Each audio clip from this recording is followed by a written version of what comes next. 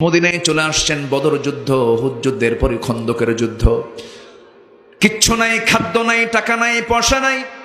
আমার নবীজি নিজে সাহাবে কেরামকে বলেন, সাহাবীরা, সালমান ফার্সি পরামর্শ দিয়েছে আমরা 3 মাইল লম্বা খন্দকের পরীক্ষা খনন করব। আমরা রাসূল নিজে সবার আগে কোদাল হাতের মধ্যে নিয়ে বলছেন, সাহাবীরা, আমরা কোদাল মারবো, কোদাল মেরে মেরে আমরা পরীক্ষা খনন করব। রাসূল সবার আগে হাতে নিয়েছেন কোদাল। রাসূল কাউকে মারতে আগে দেন নাই, রাসূল আগে মেরেছেন, শুরু করেছেন।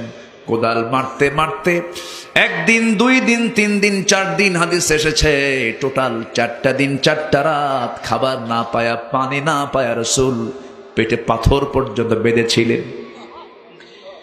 এই 4টা দিন পেটে পাথর বাঁধা রাসূলের, কিন্তু পুরো কাপড় ছিল, কেউ টের পায় নাই, কোন সাহাবী টের পান নাই। কিন্তু একজন সাহাবী টের পেয়েছেন, তার নাম হলো জাবির রাদিয়াল্লাহু তাআলা আনহু। তিনি কাছে গিয়ে কানে কানে বলছেন, হুজুর, আপনি কাউকে টের পেতে দিচ্ছেন না, কিন্তু আমি কিন্তু টের পাইছি, আমি কিন্তু বুঝতে পারছি। রাসূল বলছেন, কি বুঝলা বলো? হুজুর, আপনি পেটে পাথর বেঁধেছেন, ক্ষুধার যন্ত্রণায় আপনি ছটফট করছেন। আমার নবীজি বলছেন, জাবির রে, তুই তো আমাকে খুব ভালোবাসিস, সেজন্যই তুই আমাকে টের পাইলি, কেউ তো আমার এটা লক্ষ্য করলো না। রাসূল মুস্কি মুস্কি হাসি দিচ্ছেন ক্ষুধার পেটে, কিন্তু নবীর মুখে হাসি কখনো বন্ধ ছিল না।